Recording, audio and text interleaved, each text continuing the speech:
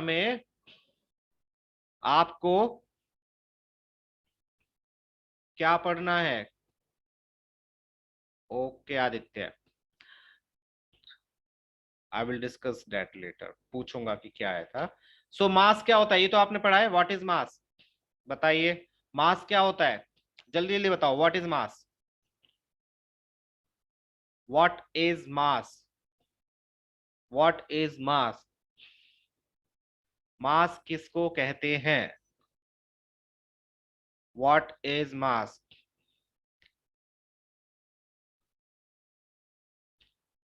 What is mass?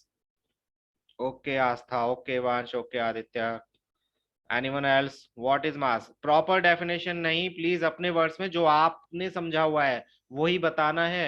I don't want कि आप कहीं से कॉपी करके और उसको देख के लिख दो कि मास ये होता है। आप अपने हिसाब से बताओगे।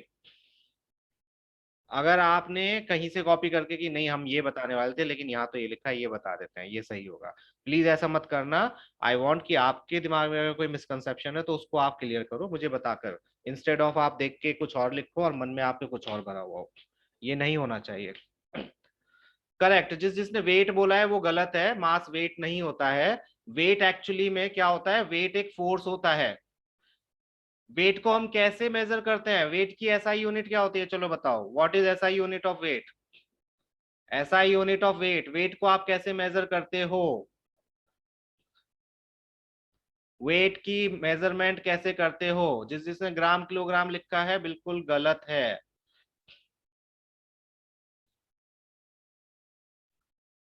वेट कभी भी ग्राम किलोग्राम, आप जो मेजर करते हो ना वो वेइंग स्केल पर, जिसको वेइंग स्केल कहते हैं, वो आपका वेट नहीं होता है, वो आपका मास होता है। वेट हमेशा फोर्स होता है, और फोर्स की एसआई यूनिट क्या होती है, जल्दी जल्दी बताओ, व्हाट इज फोर्स की एसआई यूनिट? यस, फोर्स की एसआई यूनिट होती है न्यूटन। तो आप जो वो करते हो ना कि हम 50 किलो के हैं, हम 20 किलो के हैं, हम 10 किलो के हैं, वो आपका वेट नहीं होता है, वो आपका मास होता है। फाइन। मास का मतलब होता है कि किसी चीज के अंदर कितना कंटेंट भरा हुआ है। एक चीज बताइए आप, कि आप सपोज करो अर्थ पे 45 kg के हो, करेक्ट? 45 kg के हो। केजी का मतलब आपके अंदर जो भी माल भरा हुआ है, जितने भी आप वो हो, अभी उसे करेंगे वंश डिस्कस, थोड़ी देर के लिए रुक जाओ। तो जितना भी आपके अंदर कंटेंट है 45 kg का मास है, मीन्स आपके अंदर जो भी कुछ भरा हुआ है वो 45 kg का है।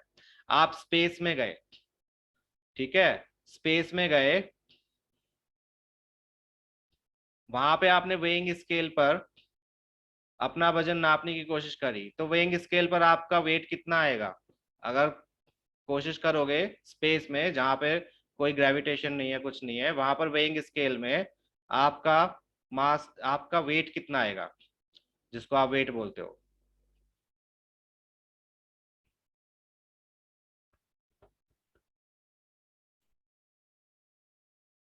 या मून पे चलो मान लो, अगर मून का देखना है, आपको ये तो पता होगा कि मून पे हमारा जो ग्रेविटेशनल फोर्स होता है वो कम होता है या ज्यादा होता है? बताओ, कम होता है या ज्यादा होता है मून पर?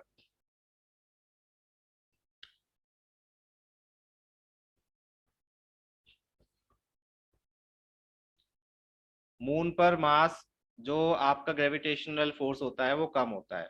Yes, yes. सिंपल सी लैंग्वेज में अगर मैं बताऊं आपको, आपको इसी से समझ में आ जाएगा।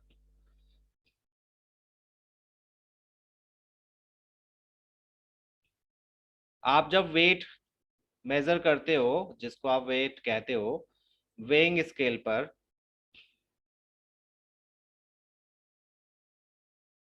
तो वेइंग स्केल कहाँ पे रखते हो?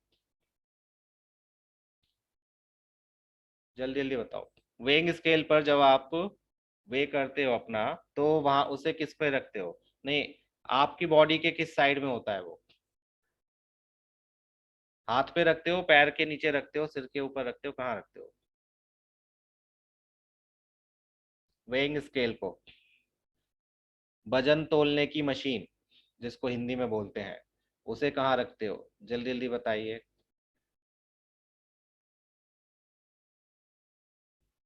यस, पैरों के नीचे क्यों भाई? पैरों के नीचे क्यों? सिर के ऊपर क्यों नहीं रख सकते? सिर के ऊपर क्यों नहीं रख सकते? सिर के ऊपर रखने से आपका वे क्यों नहीं पता चल सकता?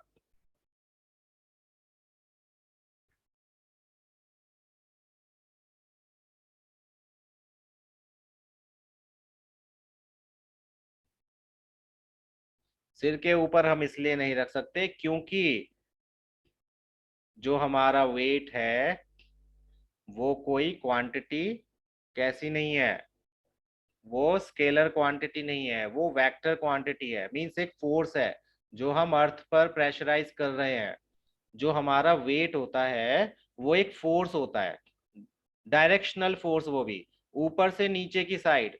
तभी तो नीचे रखते हैं अपने वेइंग स्केल को। ठीक है, वेइंग स्केल को नीचे इसलिए रखते हैं क्योंकि हमारा जो फोर्स है वो ऊपर से नीचे की साइड को लग रहा है, जिससे हमें हमारे फोर्स का पता चलता है कि हमारा जो फोर्स है वो कितना है। अब उसको किलोग्राम में कन्वर्ट करके वो वेइंग स्केल वगैरह बता देते हैं, वो आपका मास होता है एक्चुअली। मास जो होता है आप उसको किसी भी डायरेक्शन में रखो। अगर किसी बैग के अंदर 1 किलो एप्पल्स है तो आप उसको किसी भी डायरेक्शन में रखो, उसके अंदर का कंटेंट चेंज नहीं होगा। आई नो कि उसको स्केल में लगाने के लिए उसके ऊपर ही रखना पड़ेगा, लेकिन अगर मैं स्केल में नहीं भी लगाऊंगा तब भी इसके अंदर जो कंटेंट होगा वो तो 1 kg ही होगा, या चेंज हो जाएगा? ऐसे ही अगर आप स्पेस में अपना वे करने की कोशिश करोगे तो वेइंग स्केल पे वो वेट आएगा ही नहीं, क्योंकि वहां पे वो फोर्स लग ही नहीं रहा है ग्रेविटेशनल की वजह से। लेकिन उसका मतलब ये थोड़ी है कि आपका वेट अलग हो गया या आपके अंदर जो मास है वो अलग हो गया। आप अगर 45 kg के हो तो स्पेस में भी 45 kg के ही होगे, लेकिन वेइंग स्केल पर अगर आप उसको मेजर करना चाहोगे तो वो बिल्कुल जीरो आएगा, क्योंकि वेइंग स्केल जो है उस पर ग्रेविटेशनल फोर्स उस वक्त नहीं है, जीरो है। तो आप वहां पर कोई भी फोर्स लगा ही नहीं रहे हो। प्लीज याद रखना कि मास एंड यस वेट दोनों डिफरेंट चीज हैं। वेट एक फोर्स होता है और मास एक क्वांटिटी होती है। ये स्केलर होती है, इसको किसी भी डायरेक्शन में रखो। मैं 45 किलो का हूं तो मेरे अंदर 45 किलो ही होगा, चाहे मैं लेट जाऊं, चाहे मैं खड़ा हो जाऊं, चाहे मैं कूदूं या नाचूं। मेरे अंदर 45 kg का कोई भी वो भरा हुआ है सामान तो वो 45 kg रहेगा। लेकिन जो वेट होता है वो डिफरेंट डिफरेंट सिनेरियो में चेंज हो सकता है। ग्रेविटेशनल फोर्स कम है तो वेट में जो होगा वो कम होगा। अगर ग्रेविटेशनल फोर्स ज्यादा है तो मेरा वेट ज्यादा होगा। ठीक है, यस बिल्कुल बोल सकते हो। Mass which is which is actually volume. Actually में हिंदी में इसका नाम ही द्रव्यमान होता है, द्रव्यमान का मतलब वॉल्यूम ही होता है। तो आपके अंदर जो भी चीजें भरी हुई हैं उसको हम मास बोलते हैं। ठीक है, हमारे अंदर कितना कंटेंट है, हमारे अंदर जो चीजें हैं वो कितनी भरी हुई हैं, उसे हम मास बोलते हैं। वेट जो होता है वो बहुत बड़ा मिसकंसेप्शन है कि वेट की ऐसा यूनिट किलोग्राम की कितने किलोग्राम का वेट है ये बोलते हैं, नहीं। वेट फोर्स है और फोर्स को हमेशा न्यूटन में मेजर किया जाता है। मास जो होता है वो किलोग्राम एंड ग्राम में मेजर किया जाता है। ठीक है, ये चीज याद रखना, ये वेक्टर क्वांटिटी होती है जो फोर्स होता है, यानी कि वेट जो होता है किलोग्राम नहीं होता, ये वेक्टर क्वांटिटी।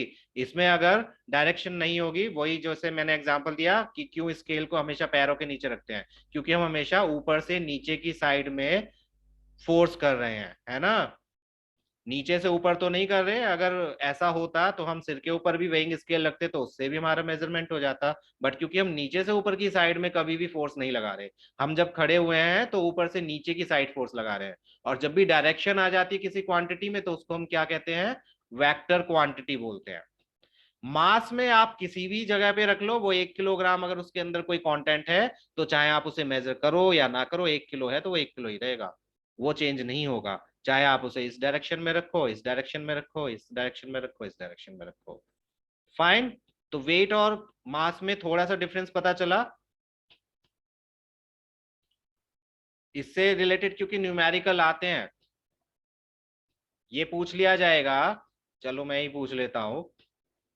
मैं सिर्फ छोटी सी चीज आपको जस्ट हाइपोथेटिकली बोल रहा हूं कि जो ग्रेविटेशनल फोर्स है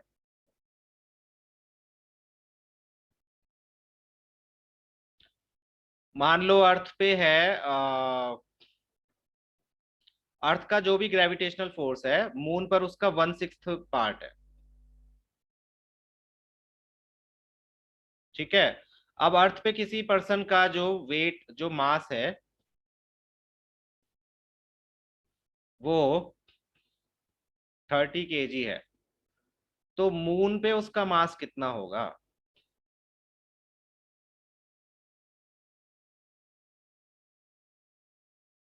मून पे उसका मास कितना होगा? बताओ जल्दी से।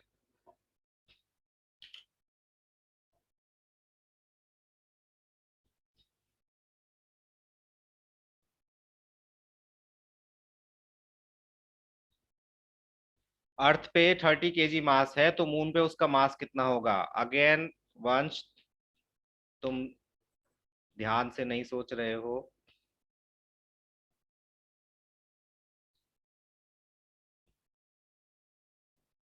मून पे जाने से उसके अंदर का जो सामान है वो कम हो जाएगा क्या? मून पे जाने से उसके अंदर जितना सामान भरा हुआ है, बॉडी में जो भी भरा हुआ है, क्या वो कम हो जाएगा? नहीं होएगा।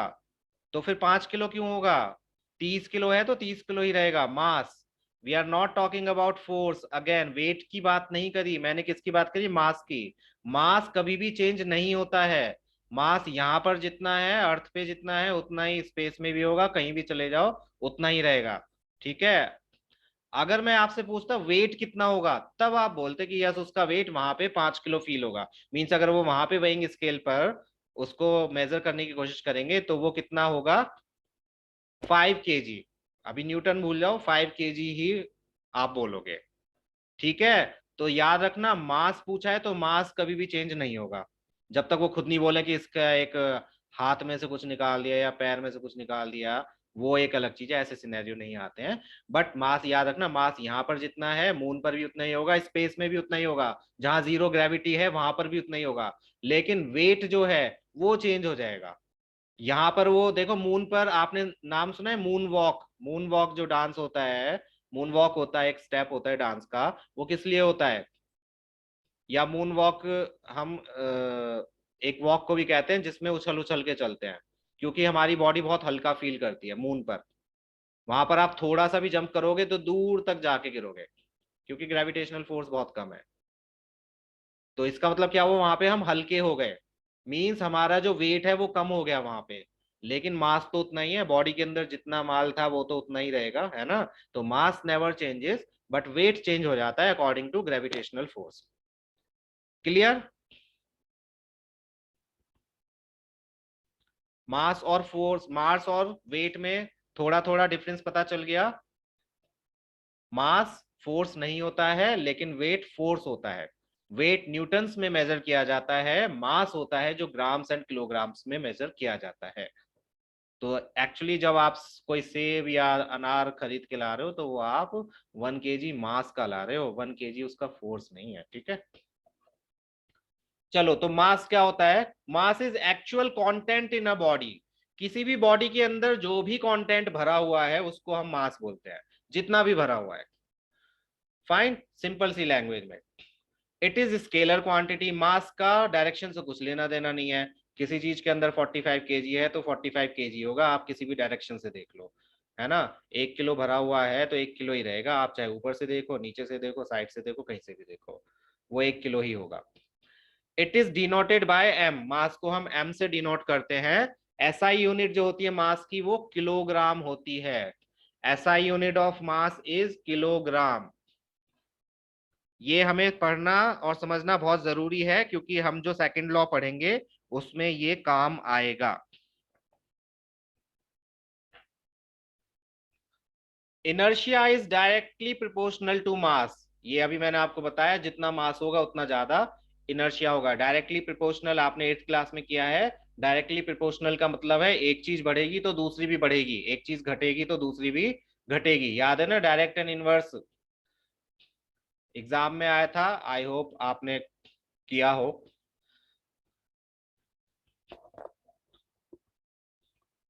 Okay, good. तो इनवर्स एंड डायरेक्ट वेरिएशन याद है? किस किस को याद है, जरा बताओ। एट्थ क्लास में डायरेक्ट एंड इनवर्स वेरिएशन थे, मैंने पहले भी पूछा था, आज फिर से पूछ रहा हूँ, याद है या नहीं है? Direct and inverse variations.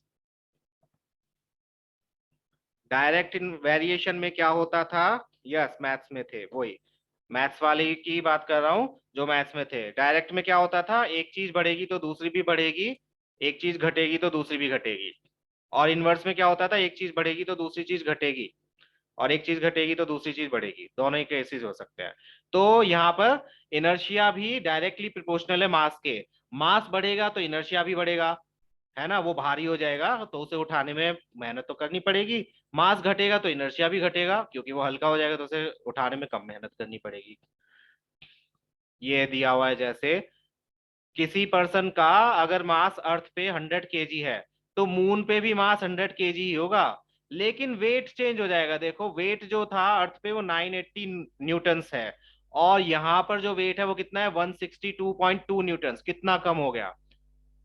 Same person है, सेम टाइम की बात हो रही है, ऐसा नहीं है कि इसने डाइटिंग कर ली और वहां पे जाके ये कम हो गया, नहीं। मास तो क्योंकि सेम ही है तो डाइटिंग तो नहीं करी, मास में कोई भी चेंज नहीं आया, लेकिन वेट में चेंज आ गया। क्यों आ गया? क्योंकि ग्रेविटेशनल फोर्स दोनों के डिफरेंट हैं। तो यहाँ पे ये फोर्स कम ज्यादा लगा रहा है अर्थ पे, यहाँ पे ये फोर्स कम लग रहा है इसका मून पे। That's why weight are different, लेकिन मास सेम है, मास में कोई चेंज नहीं होगा। फाइन, ये भी क्वेश्चन आ सकता है कि एक पर्सन का वेट अर्थ पे इतना है तो मून पे कितना होगा, या मून पे कम होगा या ज्यादा होगा, ऐसे पूछा जा सकता है। या मास के बारे में पूछ सकते हैं कि अर्थ पे मास इतना है तो मून पे मास कितना होगा। तो उस केस में याद रखना कि मास कभी भी चेंज नहीं होगा। यस, वेट के बारे में पूछ रहे हैं तो उसे सोच समझ के लिखना। वेट कैसे हम मेजर करते हैं, फोर्स कैसे मेजर करते हैं, फोर्स का फॉर्मूला आपने 8th क्लास में पढ़ा था। यस,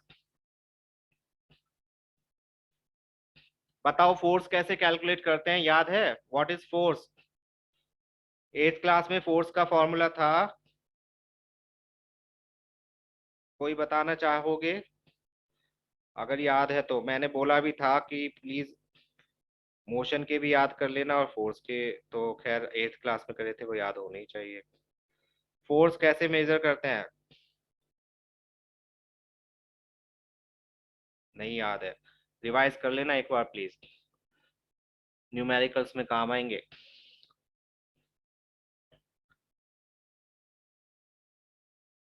मोमेंटम, इसी पर बेस्ड है हमारा सेकंड लॉ। मोमेंटम क्या होता है? मोमेंटम का मतलब क्या होता है, इसको ध्यान से हम समझेंगे पहले। मोमेंटम का मतलब मूवमेंट नहीं होता है, मोमेंटम का मतलब होता है, प्लीज एक बार कंफर्म करो आवाज आ रही है, ये माइक्रोफोन मेरा कुछ प्रॉब्लम कर रहा है। सबको आवाज क्लियर आ रही है? Okay, good.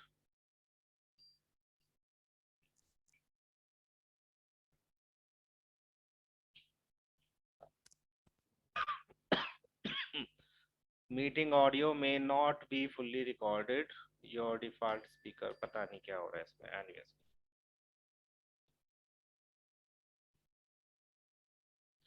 देखो मोमेंटम क्या होता है, सिंपल। तो सपोज करो आप यहाँ पे खड़े हो, ठीक है, एक साइकिल आई, साइकिल वाले भैया ने रोकी नहीं साइकिल, इसकी स्पीड थी 10 मीटर पर सेकंड मान लो, ठीक है, 10 मीटर पर सेकंड इसकी स्पीड। और ये आए और इन्होंने आपको टक्कर मार दी। फाइन, चलो फाइन तो नहीं है पर टक्कर मार दी। उसी स्पीड से एक कार आई,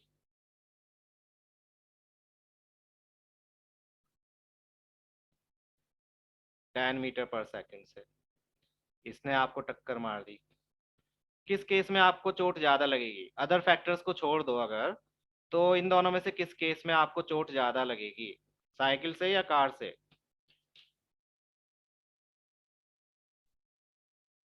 क्यों?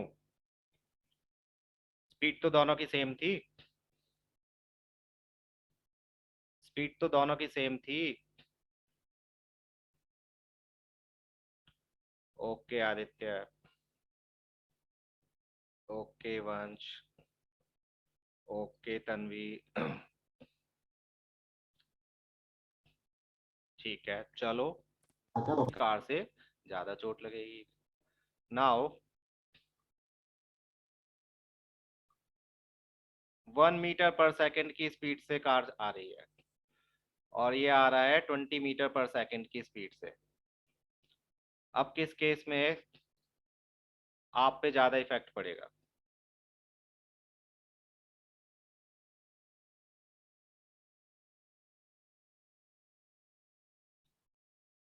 वाई? अब तो कार का मास तो सेम ही है, फिर अब कार क्यों नहीं ज्यादा चोट मार रही है? अब साइकिल क्यों ज्यादा चोट मार रही है आपको?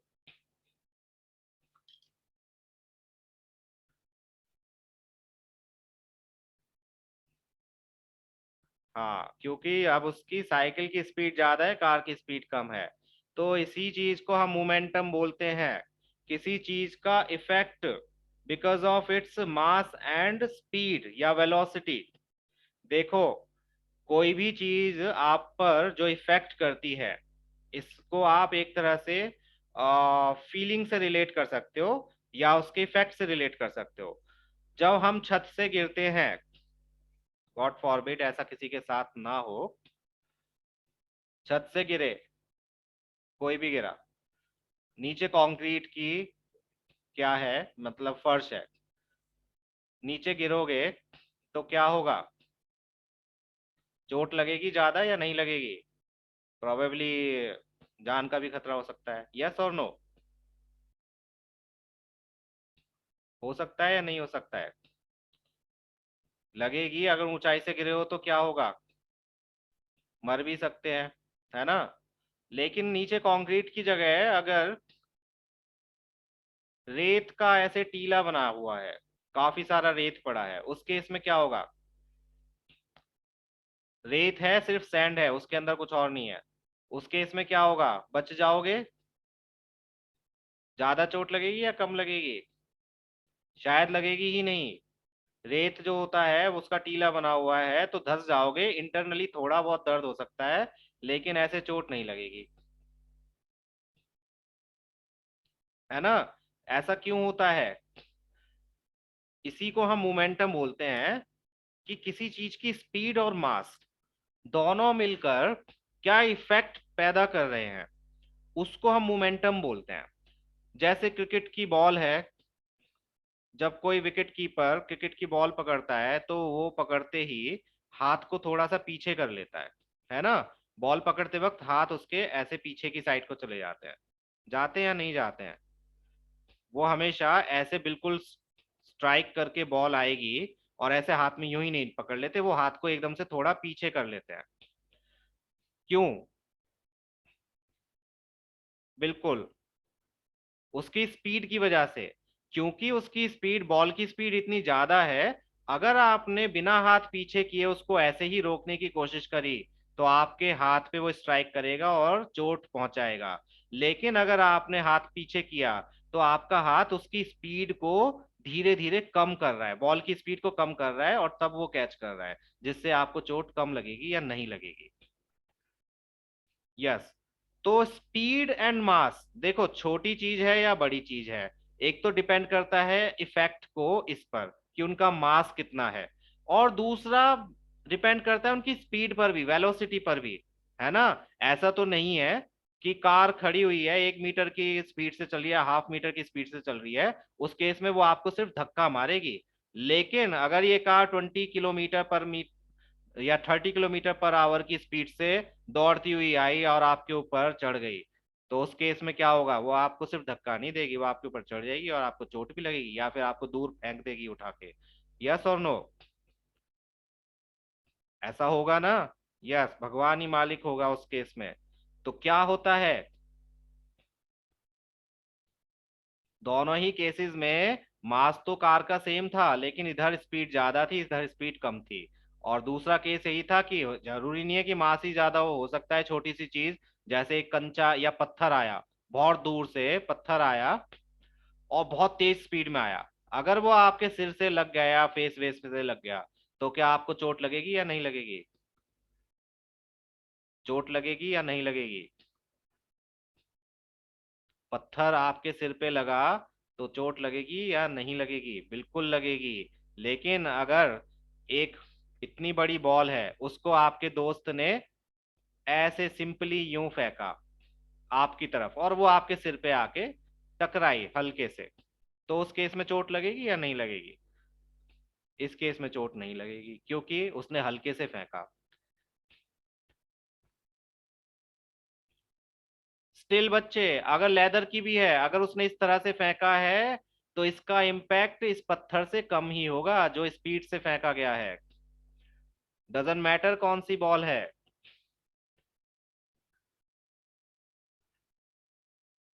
इसी को हम मोमेंटम बोलते हैं, किसी चीज का मोमेंटम। मोमेंटम एक्चुअली में होता क्या है? मोमेंटम होता है product of mass and its velocity. किसी भी चीज का इफेक्ट बेस्ड होता है वेलोसिटी पर। कोई चीज का मास ज्यादा है या वेलोसिटी ज्यादा है, मल्टीप्लाई करके ये पता करते हैं कि उसका कितना इफेक्ट किसी दूसरी बॉडी पर होगा। इसी को हम मोमेंटम बोलते हैं। Of motion contained in a body, यानी कि बॉडी के मास में कितना मोशन या वेलोसिटी है, इसे हम मोमेंटम बोलते हैं। It is a product of mass of a body and its velocity.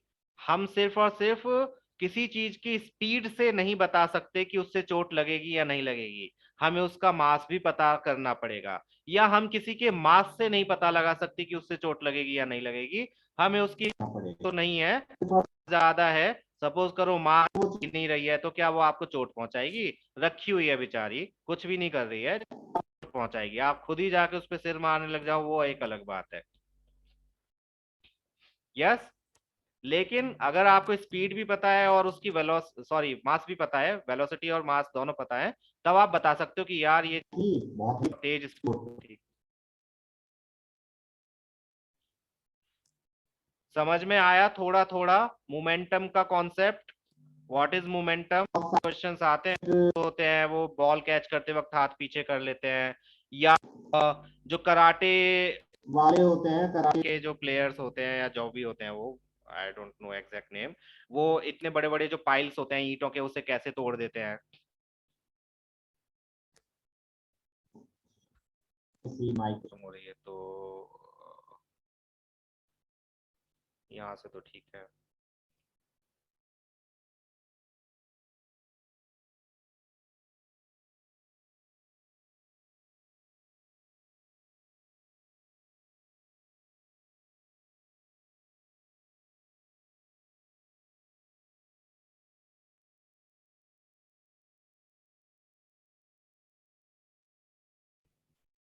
अभी क्लियर आ रही है आवाज?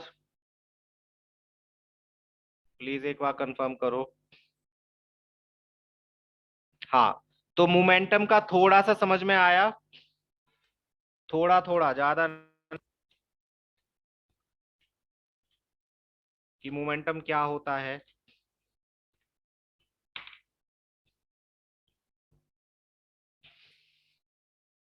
मोमेंटम वेक्टर क्वांटिटी होता है। ऑब्वियसली स्पीड का हमें जब तक पता नहीं चलेगा कि स्पीड किधर को जा रही है, तो आपको कैसे पता चलेगा कि मोमेंटम क्या है? आप खड़े हुए यहां पर हो, सपोज करो,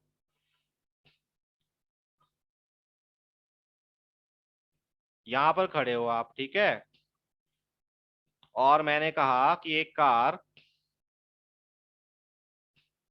की स्पीड 20 मीटर पर सेकंड है, तो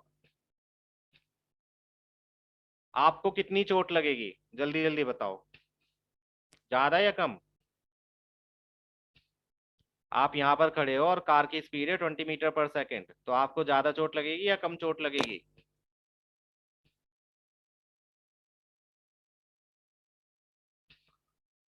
ओके,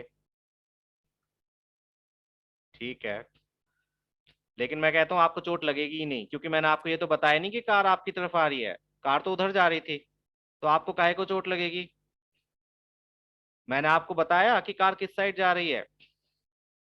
डिड आई से कि कार की डायरेक्शन क्या है? मैंने ये तो नहीं बोला आपकी तरफ आ रही है।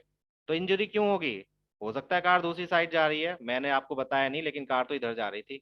तो इंजरी क्यों होगी? आप तो पीछे की साइड खड़े हो ना, वो बैक कर है, वो जा ही उधर की साइड रही है। तो क्या ऐसे में इंजरी होगी? नहीं होगी। आपको कब तक पता नहीं चलेगा कि इंजरी होगी या नहीं होगी? जब तक आपको कार की डायरेक्शन भी नहीं पता होगी कि वो किस डायरेक्शन में आ रही है। आप यहाँ पर खड़े हो, कार कहीं और जा रही है बेचारी, तो फालतू में कार पे इल्जाम लगा दोगे कि वो तो मार के चलेगी मुझे। डायरेक्शन तो कुछ और होगी ना उसकी। हो सकता है डायरेक्शन कुछ और हो। अगर आपकी तरफ आ रही है तो यस, उस केस में हो सकती है। सो यस बच्चे, Aditya, let's not discuss that अभी। तो आपको डायरेक्शन का भी पता होना चाहिए। डायरेक्शन पता होना चाहिए मींस कैसी क्वांटिटी हो गई? ये वेक्टर क्वांटिटी हो गई, ठीक है। तो मोमेंटम क्या होता है? एक वेक्टर क्वांटिटी। ये वेक्टर स्केलर का बहुत ध्यान रखना कि कौन सी क्वांटिटी वेक्टर है, कौन सी स्केलर है। It is denoted by small P. SI unit जो होती है मोमेंटम की, वो किलोग्राम मीटर पर सेकेंड, क्योंकि इसमें मास भी होता है और वेलोसिटी भी होती है। मास को हम किससे कंसीडर करते हैं? मास की एसआई यूनिट किलोग्राम होती है और वेलोसिटी की SI unit metre per second होती है। इसलिए दोनों मिलाकर मोमेंटम की एसआई यूनिट क्या हो गई? Kilogram metre per second. ठीक है, ये होता है इसका formula. Momentum equals to mass multiplied by velocity. Momentum से हमें पता चलेगा कि मास कितना वो इम्पैक्ट डालेगी, वो पता चलेगा। और वो कैसे पता चलेगा? जब हम मास को वेलोसिटी के साथ में मल्टीप्लाई कर देंगे। मीन स्पीड को, वेलोसिटी का मतलब स्पीड ही होता है एक तरह से। तो स्पीड को जब आप मास से मल्टीप्लाई कर दोगे तो हमें पता चल जाएगा कि उसका कितना इफेक्ट पड़ने वाला है। समझ में आ गया? अगर आपको क्वेश्चन दिया जाए तो आप कर दोगे? अगर कोई बॉडी रेस्ट में है तो उसकी वेलोसिटी जीरो होगी, ऑब्वियस सी बात है। तो उसका मोमेंटम भी क्या होगा? जीरो होगा। वो रखी रखी थोड़ी आपको चोट मार देगी। आप कहीं पर खड़े हो, यहाँ पे बॉल रखी हुई है, तो वो खुद से उड़ के तो आपके पास आएगी नहीं। अगर उड़ के आ भी रही है तो उस केस में उसकी वेलोसिटी जीरो नहीं है। जब तक वेलोसिटी जीरो है मीन्स वो मूव नहीं कर रही है, तब तक वो, उसका मोमेंटम भी क्या होगा? जीरो होगा। प्लीज एक बार कंफर्म करो, आवाज आ रही है और समझ में आ रहा है? यस और नो, हाँ या ना?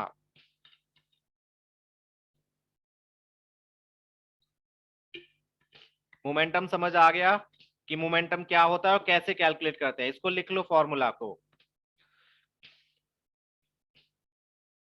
मोमेंटम को आप इस तरह से समझ लो, मोमेंटम का मतलब है किसी चीज से कितनी चोट लगेगी, बस। उसका इफेक्ट कितना होगा, बस। या किसी चीज को रोकने के लिए कितने की आपको फोर्स की जरूरत होगी, बस। और इसको कैलकुलेट कैसे करते हैं? हमें उसका मास पता होना चाहिए और वेलोसिटी पता होनी चाहिए। दोनों को मल्टीप्लाई कर दो, आपको पता चल जाएगा कि इस चीज से हमें कितनी चोट लगने वाली है। ज्यादा अगर मोमेंटम आए तो ज्यादा चोट लगेगी, कम मोमेंटम आए तो कम चोट लगेगी। और मोमेंटम जीरो होगी जब वेलोसिटी भी जीरो होगी, या मास जीरो होगा जब मास ही नहीं है। तो मोमेंटम किस बात का होगा? किसी भी बात का नहीं होगा। Every moving object possesses momentum. जो भी चीज मूव कर रही है उसका कुछ ना कुछ मोमेंटम होगा, मीन्स उसके कुछ ना कुछ इफेक्ट हमारे ऊपर होंगे। अब वो ज्यादा होंगे या कम होंगे वो डिपेंड करेगा उसके मास पर और वेलोसिटी पर। ठीक है। जरूरी नहीं है हर मूविंग चीज से आपको चोट लगे, लेकिन उसका इफेक्ट आपकी बॉडी पे कुछ ना कुछ जरूर होगा। हल्का हो या कम हो, ज्यादा हो, वो डिपेंड करेगा उसकी वेलोसिटी और उसके मास पर। कम मास होगा, वेलोसिटी भी कम होगी, तो कम इम्पैक्ट होगा। वेलोसिटी ज्यादा होगी, कम मास होगा तो थोड़ा इफेक्ट होगा। मास ज्यादा होगा, वेलोसिटी भी ज्यादा होगी तो बहुत ज्यादा इफेक्ट होगा। तो इस तरह से वो हम इस फॉर्मूला से पता करेंगे। Fine. Momentum depends on velocity as well as mass. Mass नहीं होगा तो वेलोसिटी कुछ भी हो, जब कोई चीज ही नहीं है, मास ही नहीं है किसी चीज में, तो उसकी वेलोसिटी कैसे हो सकती है? जब कोई चीज है ही नहीं तो उसकी वेलोसिटी कैसे डिफाइन करोगे? और जब कोई मास है तो वेलोसिटी नहीं है, मीन्स वो रखी हुई है, तो भी है उसका मोमेंटम कुछ नहीं होगा। है ना? तो दोनों के ऊपर ही डिपेंड करता है ये। यस आदित्य, जब कोई चीज एग्जिस्ट ही नहीं करती उसकी वेलोसिटी हो ही नहीं सकती है। Exactly exactly. लेकिन कोई कोई चीज मास तो है लेकिन वेलोसिटी नहीं है, तो उस केस में भी हम मोमेंटम को जीरो ही बोलेंगे। इसका एक क्वेश्चन देखो। इसमें बोला हुआ है what is the momentum of a man of mass 75 kilogram when he walks with a uniform velocity of 2 metre per second. Simple सा आपको इसका मोमेंटम बताना है, जल्दी जल्दी बताओ। आपको अभी अभी फॉर्मूला लिखवाया है मैंने, जल्दी से बताओ इसका मोमेंटम क्या होगा। What is the momentum of this man. इसका मोमेंटम बताइए कि 2 मीटर पर सेकंड की दूरी से ये चल रहा है, स्पीड से चल रहा है, और इसका वेट है 75 किलोग्राम। तो अगर ये आपसे टकरा गया तो इसका इफेक्ट कितना होगा। हम उसको एक न्यूमेरिकल वैल्यू में देख रहे हैं कि उसका इफेक्ट कितना होगा।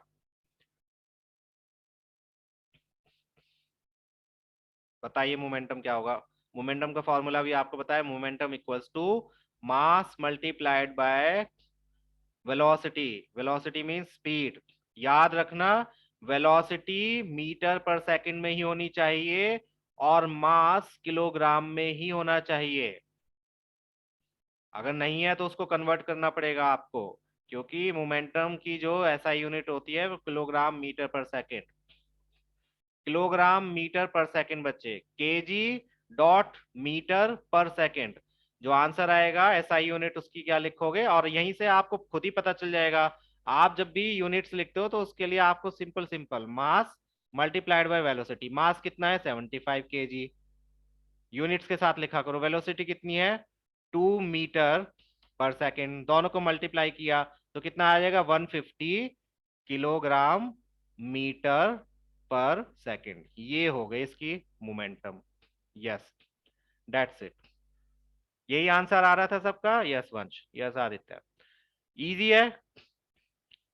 तो आप हो सकता है इसमें आपको मोमेंटम दिया हो, मोमेंटम दिया हो और मास एंड वेलोसिटी में से कोई एक क्वांटिटी दी हो, दूसरी पूछी हो, तो इसी फॉर्मूले का यूज करोगे। ठीक है, इस फॉर्मूले से अगर मास कैलकुलेट करना है तो उस केस में आप मोमेंटम को वेलोसिटी से डिवाइड कर दोगे।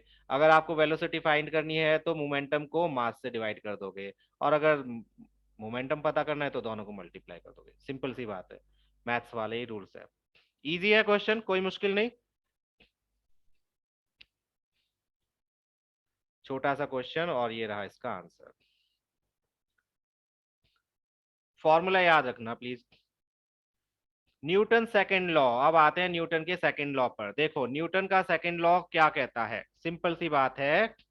Rate of change of momentum of a body is directly proportional to the applied force and takes place in the direction in which the force acts. इसको सिंपल सी language में ये समझ लो, न्यूटन का सेकंड लॉ क्या कहता है कि अगर आपको किसी चीज के मोमेंटम में चेंज लाना है, मींस कोई चीज धीरे चल रही है या उसके इफेक्ट को ज्यादा करना है, इन शॉर्ट उसके इफेक्ट को ज्यादा या कम करना है, तो उसके लिए आपको फोर्स भी ज्यादा ही लगाना पड़ेगा, है ना। जैसे क्रिकेट की बॉल का एग्जांपल लो, अगर क्रिकेट की बॉल तेजी से आ रही है तो उसे रोकने के लिए आपको ज्यादा फोर्स लगाना पड़ेगा या कम फोर्स लगाना पड़ेगा, बताइए।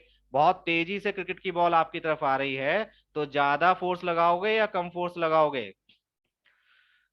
यस, आरना कहाँ घूम रहे हो।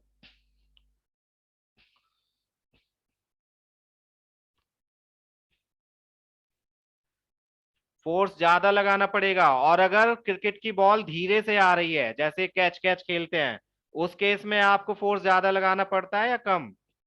आप सिंपल से हाथ से ऐसे ही पकड़ लेते हो, है ना, कैचिंग कैच कैच खेलते हैं जब, बच्चों वाला गेम, सभी गेम बच्चों वाले ही होते हैं, तो उस केस में आप बहुत कम फोर्स के साथ मुंह से पकड़ लेते हो। ऐसे ही अगर साइकिल आप चला रहे हो, जैसे ये पर्सन चला रहे हैं, इसने काफी हद तक मेरे जैसा आउटफिट पहना है, तो इसकी कलर भी साइकिल का मेरे वाले ही है, एनीवेज। तो उस केस में साइकिल को तेज करने के लिए, तेज स्पीड करने के लिए आपको ज्यादा फोर्स लगाना पड़ेगा या कम फोर्स लगाना पड़ेगा। साइकिल की स्पीड तेज करनी है तो आपको ज्यादा फोर्स लगाना पड़ेगा। यस, है ना। तो इसी को न्यूटन का सेकंड लॉ बोलते हैं।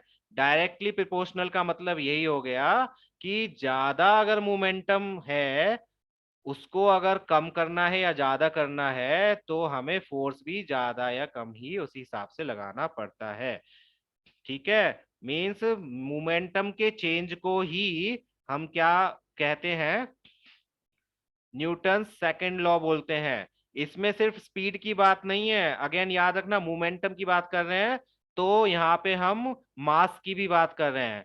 अगर कोई चीज हैवी है तो उसको हटाने के लिए या उसके इफेक्ट को कम करने के लिए हमें ज्यादा फोर्स ही लगाना पड़ेगा, है ना। यहाँ पे सिर्फ हम स्पीड की बात नहीं कर रहे हैं, मास की भी बात कर रहे हैं। कोई चीज हैवी है तो उसके साथ में हमें ज्यादा फोर्स लगाना पड़ेगा, कोई चीज हल्की है तो उसके मोमेंटम को चेंज करने के लिए हमें कम फोर्स लगाना पड़ेगा। स्पीड तेज है तो हमें ज्यादा फोर्स लगाना पड़ेगा, स्पीड कम है तो हमें कम फोर्स लगाना पड़ेगा। यहाँ पे दोनों ही चीजों का कॉम्बिनेशन है, डेट्स वाई हमने मोमेंटम को इंक्लूड कर लिया, क्योंकि मोमेंटम में force sorry speed and mass दोनों ही इंक्लूडेड है। तो मोमेंटम जो होता है, मोमेंटम के चेंज रेट को ही हम सेकंड लॉ ऑफ न्यूटन बोलते हैं। मोमेंटम के रेट में जो भी चेंज आएगा, उसमें जो भी फोर्स लगेगा, उसको न्यूटन ने बोला कि किस तरह से हम कैलकुलेट कर सकते हैं। कि हमें अगर साइकिल तेज चल रही है और ब्रेक अगर हमें लगाने हैं तो उस ब्रेक को कितना काम करना पड़ेगा, कितना फोर्स लगाना पड़ेगा, उस फोर्स को हमें ऑब्वियसली बात है, तेज अगर साइकिल चल रही है तो आपको बहुत तेजी के साथ में ब्रेक लगाने पड़ेंगे, अगर अचानक रोकनी है तो, है ना। तो उस फोर्स को कैलकुलेट करने के लिए न्यूटन ने ये आपको फॉर्मूला दिया कि फोर्स जो होता है वो डायरेक्टली प्रोपोर्शनल होता है किसका, change in momentum upon time taken. अगर आपको बहुत कम टाइम में मोमेंटम चेंज करना है तो आपको फोर्स भी ज्यादा लगाना पड़ेगा। ये डायरेक्टली प्रोपोर्शनल का साइन होता है, ठीक है। इसको इक्वल्स टू भी हम बाद में लिख देंगे। डायरेक्टली प्रोपोर्शनल मींस ज्यादा मोमेंटम है तो ज्यादा फोर्स, कम मोमेंटम है तो कम फोर्स। सिंपल सी बात है। ये आप थोड़ी देर के लिए अभी भूल जाओ, आपको सिर्फ समझ में आना चाहिए। यहाँ पे मैं आपको न्यूमेरिकल के साथ में बताता हूँ। सपोज करो आपको दिया हुआ है what force would be needed, कि आपको कितने फोर्स की जरूरत पड़ेगी अगर 4 मीटर पर सेकंड स्क्वायर की स्पीड से कोई बॉल चल रही है और उस बॉल का जो मास है वो 6 kg है। 6 किलो की बॉल जिसकी स्पीड 4 मीटर, जिसका एक्सेलरेशन मींस वो तेज होती जा रही है, 4 मीटर पर सेकंड स्क्वायर है, उसको रोकने के लिए आपको कितने फोर्स की जरूरत पड़ेगी। एक्सेलरेशन याद है क्या होता है, एक्सेलरेशन की कैसे कैलकुलेट करते हैं जरा बताना। ये मैंने सुबह इसलिए लिखकर भी भेजा था कि प्लीज वो इक्वेशंस पढ़ लेना। एक्सेलरेशन की क्या होती है इक्वेशन, एक्सेलरेशन हम कैसे कैलकुलेट करते हैं, जल्दी जल्दी बताओ। What is the equation of acceleration. A equals to करके बताओ, ए इक्वल्स टू क्या होता है वंश। एक्सेलरेशन की पूछी है तो ए लेफ्ट हैंड साइड में आना चाहिए, बाकी सारी वैल्यू राइट हैंड साइड में। तो उससे बताओ how do we calculate acceleration. Acceleration का मतलब है स्पीड में जो चेंज होता है, चाहे वो कम से ज्यादा हो या ज्यादा से कम हो।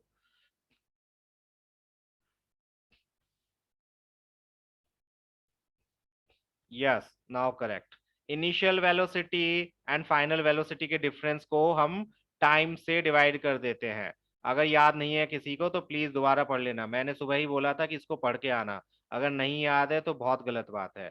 एक्सेलरेशन का मतलब होता है अगर यहाँ पर किसी की स्पीड थी, सपोज करो ये रुकी हुई कार थी, तो यहाँ पे उसकी स्पीड कितनी थी, 0 मीटर पर सेकेंड, ये उसकी इनिशियल वेलोसिटी है जिसको हम यू से डिनोट करते हैं। और यहां तक आते आते विद इन 10 सेकेंड्स उसकी स्पीड हो गई 10 मीटर पर सेकेंड, जिसको हम फाइनल वेलोसिटी बोलते हैं। अगर हमें एक्सेलरेशन पता करना है कि इसका एक्सेलरेशन क्या है, मतलब किस स्पीड किस रेट से इसने ये स्पीड को गेन किया है, तो हम क्या करते हैं, final velocity minus initial velocity upon time taken. ये होता है एक्सेलरेशन मींस ए का फॉर्मूला। तो ये इन्होंने ऑलरेडी यहाँ पर दिया हुआ है, एक्सेलरेशन का मतलब इन्होंने यहाँ पर दिया हुआ है। हमें सिर्फ और सिर्फ क्या करना है, फोर्स कैलकुलेट करने के लिए कि कितना फोर्स कैलकुलेट हमारा होगा, ये होता है फॉर्मूला। फोर्स अप्लाइड, किसी भी चीज की मोमेंटम को चेंज करने के लिए जो फोर्स लगेगा वो ये फॉर्मूला होता है। इसको आप इस तरह से भी लिख सकते हो। एक्सेलरेशन के साथ में अगर एक्सेलरेशन नहीं पता है तो उस केस में आपको दिया होगा कि पहले वो रेस्ट में थी या ये स्पीड थी, बाद में उसकी स्पीड ये हो गई, तो उस केस में आप इस फॉर्मूले को इस तरह भी लिख सकते हो। ये भी हो सकता है, या M V minus M U upon T. आपके टीचर किसी भी तरह बता सकते हैं, ये भी बता सकते हैं, ये भी बता सकते हैं, ये भी बता सकते हैं। सबका मतलब एक ही है, सबका मतलब एक ही है। ठीक है, एक्सेलरेशन को हमने यहाँ पर एक्सपेंड कर दिया, और एक्सपेंड कर दिया मल्टीप्लाई करके, तो ये बन गया। आप इसको याद रखो, फोर्स अप्लाइड, किसी भी चीज के मोमेंटम को चेंज करने के लिए जो फोर्स अप्लीकेबल होगा वो किस पर डिपेंड करेगा, उसके मास पर, और उसके एक्सेलरेशन मींस वेलोसिटीज के डिफरेंस पर। तो हमें सिंपल यही फॉर्मूला अप्लाई करना है। देखो यहाँ पर हमें क्या दिया हुआ है, एक्सेलरेशन, जो कि फॉर्मूला में यूज होना है। हमें यहाँ पर क्या दिया है, मास, वो भी फॉर्मूला में यूज होना है। तो हमें कैलकुलेट क्या करना है, फोर्स, वो भी फॉर्मूला में है। तो हम सिंपल वैल्यूज पुट करेंगे और हमें मिल जाएगा जो भी फोर्स अप्लाई हो रहा है, ये रहा। 24 न्यूटन्स का फोर्स लगेगा इस चीज के एक्सेलरेशन को प्रोड्यूस करने में, रोकना नहीं है, सॉरी, प्रोड्यूस करना है। इस बॉल को हमें 4 मीटर पर सेकंड स्क्वायर की स्पीड से एक्सेलरेट करना है, तो हमें कितना फोर्स लगाना पड़ेगा, 24 न्यूटन्स। सिंपल सी बात है, ज्यादा दिमाग नहीं चलाना है। अगेन, न्यूटन का सेकंड लॉ क्या बताता है, न्यूटन का सेकंड लॉ बताता है कि किसी चीज के मोमेंटम को चेंज करने के लिए कितना फोर्स लगाना पड़ेगा। मींस अगर कोई रेस्ट में है तो उसको हमें तेज करने में या उसकी स्पीड को बढ़ाने में कितना फोर्स लगाना पड़ेगा, या कोई चीज अगर स्पीड से आ रही है तो उसे रोकने में हमें कितना फोर्स लगाना पड़ेगा, वो हमें इस फॉर्मूला से कैलकुलेट करना है। That's it. दूसरा है जैसे व्हाट इज द एक्सेलरेशन, इस बार आपसे एक्सेलरेशन पूछा है जिसमें फोर्स बताया हुआ है उसने ऑलरेडी कि 12 न्यूटन का फोर्स लग रहा है किसी 3 किलोग्राम के ऑब्जेक्ट पर। फाइन, तो उसका एक्सेलरेशन क्या होगा, मींस जब हम उसको फेंकेंगे इतने फोर्स के साथ में, तो वो कितनी तेजी से जाएगा, या उसकी स्पीड में कितनी तेजी से चेंज आएगा। तो बताइए क्या आंसर होगा इसका, जल्दी जल्दी बताओ। आपको अगेन देखो, फोर्स दिया है, मास दिया है, एक्सेलरेशन पूछा है, ये तीनों चीज किस फॉर्मूला में है, इस फॉर्मूला में अवेलेबल है। तो आप इसमें ही एप्लीकेबल कर दो, इसमें वैल्यूज को अप्लाई कर दो, फोर्स के प्लेस पर फोर्स की वैल्यू, मास के प्लेस पर मास की वैल्यू, एक्सेलरेशन कैलकुलेट होके आ जाएगा। तो बताओ जल्दी जल्दी क्या आएगा आंसर। यस वंश, एक्सेलरेशन की यूनिट ध्यान से लिखना प्लीज। ठीक है वंश, तुमने ठीक लगी है लिखी है, मैं तुम्हारे लिए नहीं बोल रहा हूँ, बट सभी को बोल रहा हूँ। एक्सेलरेशन हमेशा मीटर पर सेकंड स्क्वायर में होता है। तो जल्दी जल्दी बताओ क्या आंसर आएगा इसका। मैथ्स की तरह ही करो, जो वैल्यूज दी हैं उन्हें लिखो। क्या क्या वैल्यू दी है, आपको दिया हुआ है मास, आपको दिया हुआ है फोर्स, फाइंड आउट क्या करना है, एक्सेलरेशन, उसको हमने ये कंसीडर कर लिया। अब आप देखो कि ये तीनों चीजें किस फॉर्मूला में आती हैं, फॉर्मूला याद होंगे तो आपको पता चल जाएगा। अभी तो सामने ही लिखा है, इसमें ही आ रहा है, फोर्स भी आ रहा है, मास भी आ रहा है, एक्सेलरेशन भी आ रहा है, तो तीनों का रिलेशन इन दोनों तीनों से फिट बैठ रहा है। तो हम इसी को अप्लाई कर लेते हैं। Force equals to mass multiplied by acceleration, force के प्लेस पर फोर्स पुट किया 12, मास के प्लेस पर मास एक ही जगह ए, और डिवाइड कर दिया 3 को उधर ले जाके, आंसर क्या आया, 4 मीटर पर सेकंड स्क्वायर। ये हो गया आपका